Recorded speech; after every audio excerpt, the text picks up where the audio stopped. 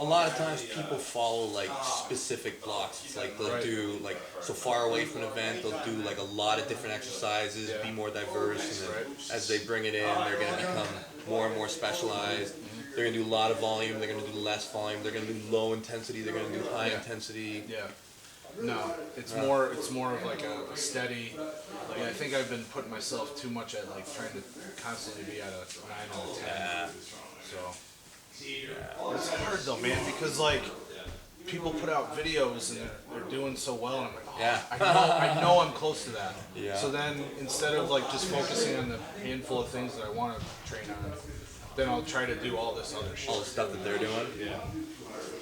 And it's just feats. Just trying to that's what it is. feed my ass off. Like it was like that anvil thing. I knew it was just a matter of figuring that anvil out, and I would be able to lift it. I honestly expected myself to lift it during the medley. Dude, I didn't think there was a chance. That's why. Do you follow like a set block structure before you peak? Like, do you? I do, but I think I try to. So yes, so I focus on like doubles and triples for the most time, but I also work in singles. It's usually like do singles, then go to doubles, triples. But I'm trying not to do that. So you start off your season like when you're far away from the event with singles. No, that's more like the peak.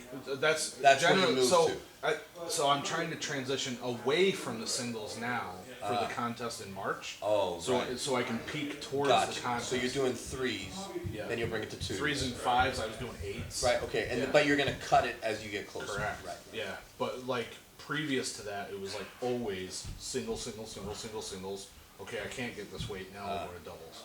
But I've been trying not to single as much, and I'm going Gotcha. And I was even on the axle. You're familiar with the axle? It's the double overhand deadlift. I was doing 8s. I was trying to build like this really wide base. Yeah. And I ended up injuring my shoulder. That's interesting. Yeah.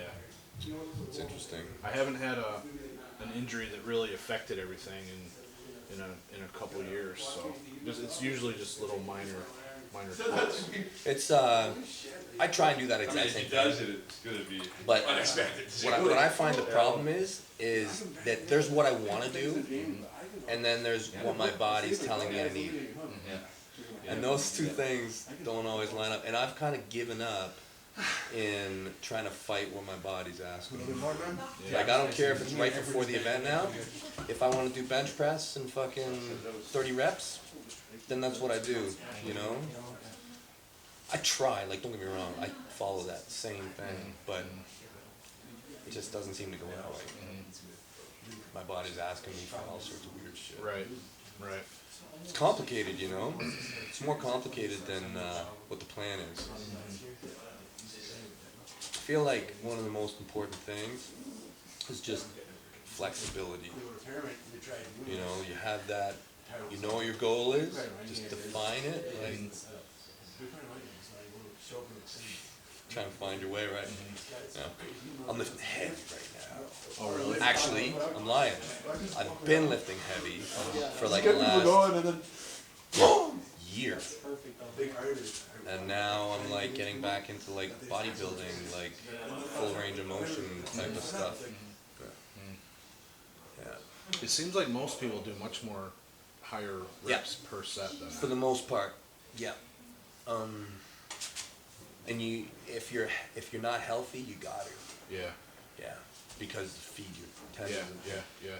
But if you're good, pedal down, right? Yeah, sure.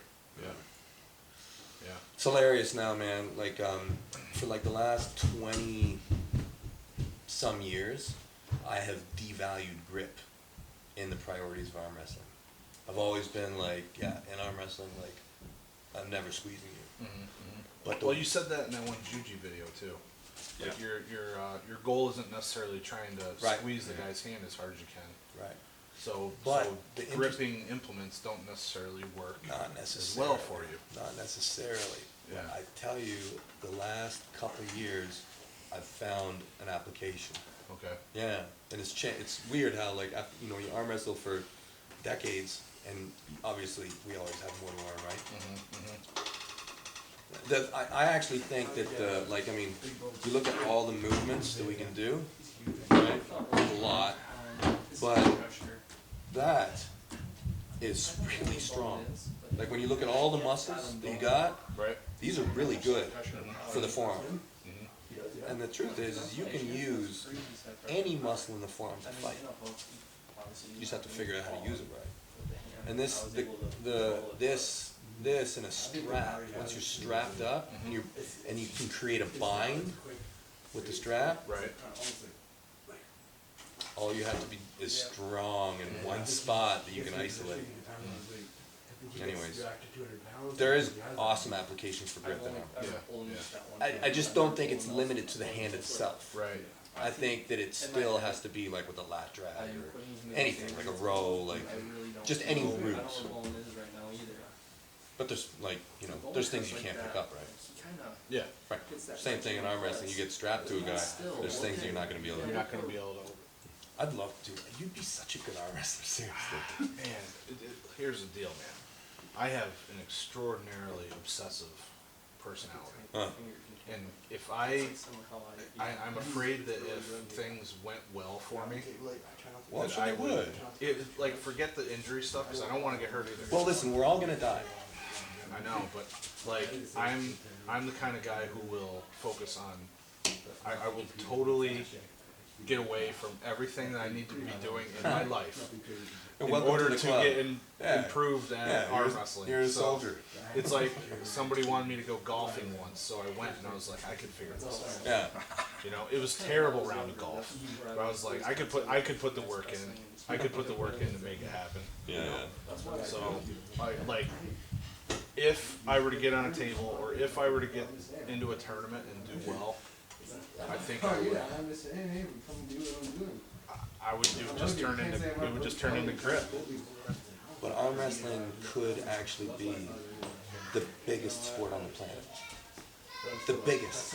Like, forget where it, like, all we need to do is to make every single person realize that they can be ranked on their phone. Right? Yeah. It's that easy. Yeah. Everybody just arm wrestles their friends and a worldwide ranking comes about. Arm bat, where is it? Oh my God, I'm wearing it. See, free advertising right there. Get ready, people. Find the website. So, there's a lot of handles for grip being made. There's a tremendous amount. Like, I think there's probably, like, when you look at pieces of workout equipment, there's probably more grip tools out there than there is weight equipment on those. I would agree with that.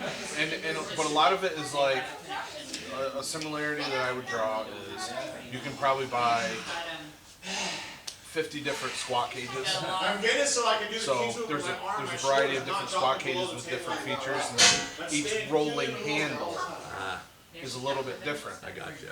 So like, some people don't like the variety that's there, but what a lot of people don't realize is you don't have to own every single handle.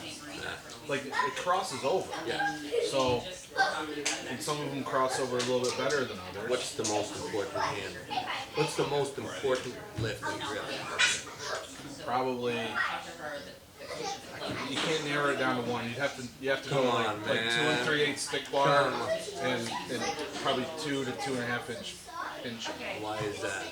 Because if you do those two things, then you could develop a foundation that'll cross over to everything else. There's a lot of 2 and 3/8 those, like in the world, like if you were like out functioning in the real world, the 2 and 3 inch is the real test. Yeah. 2 and 3/8.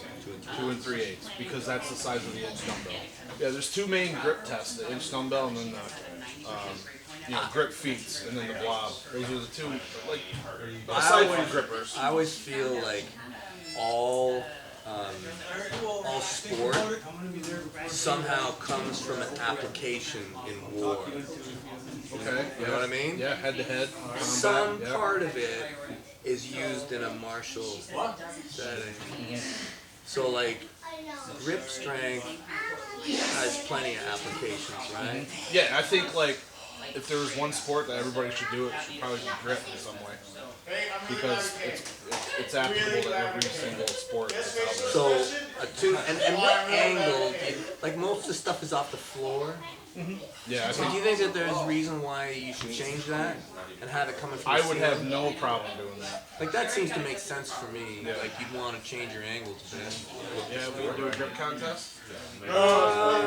Like with the right events that interest I mean, you. look at I play. Here's the thing. I'm irrelevant. Okay, that's the thing. Like I'd love to do it, and just like to show, like, because I do think it's super cool, and I like to learn about it. How does this apply in the real world? Like, oh fuck, that's what you can do. It's cool. But I mean, I'm so far down one road.